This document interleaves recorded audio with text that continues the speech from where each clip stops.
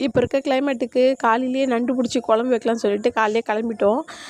காலைல கிளம்புன உடனே முதல்ல ஒரு கவரை தூக்கிட்டு நானும் என் பசங்களும் போயிட்டு ஒவ்வொரு வரப்பாக தேடி பார்த்தோம். சரி ஒரு ஒரு வரப்புலையுமே வந்து நிறைய வலைங்கள் இருந்துச்சு, நண்டு வலைலாம். அதில் ஒவ்வொன்றுத்துலையுமே கைவிட்டு பார்த்ததுல ஒரு 2-3 வண்டு ஃபஸ்ட்டு நண்டு இருந்துச்சு. அதுக்கப்புறம் என்னடா இது கொஞ்சம் தான் இருக்கே சொல்லிட்டு பால் மாறிட்டு விட்டுடலாமா அப்படின்னு தோணுச்சு.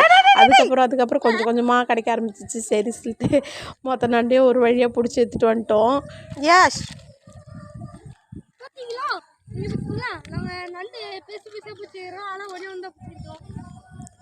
அதுக்கப்புறம் எடுத்துகிட்டு வந்துட்டு ஒரு வழியாக சரி இது முதல்ல குழம்பு வச்சிடணும்.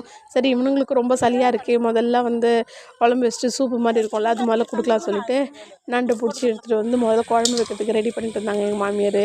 சரி டக்குன்னு க்ளீன் பண்ணாங்க. க்ளீன் பண்ணிவிட்டு மொத்த நண்டை எடுத்து போட்டு நல்ல காரசாரமான ஒரு மிளகுலாம் போட்டு நல்லா ஒரு குழம்பு வச்சாங்க.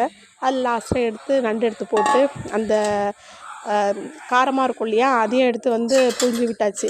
ஃபைனலாக எல்லா பாத்திரத்தையும் தேய்ச்சி முடிச்சுட்டு யூஸ் பண்ணியாச்சு. நல்லா இருந்துச்சு உண்மையாகவே. இந்த கிளைமேட்டுக்கு வந்து அந்த நண்டு சூப், அதுவும் கழனி நண்டு கிடைக்கிறது வந்து பெரிய இது தான். நல்லா இருந்துச்சு, சூப்பராக இருந்துச்சு. நாங்களும் ட்ரை பண்ணோம், நல்லா இருந்துச்சு. உங்கள் சைடில் ஏதாவது கழனியில் ஏதாவது நண்டு பிடிச்ச எக்ஸ்பீரியன்ஸ் எதாவது இருந்துச்சுன்னா சொல்லுங்கள். பாய்.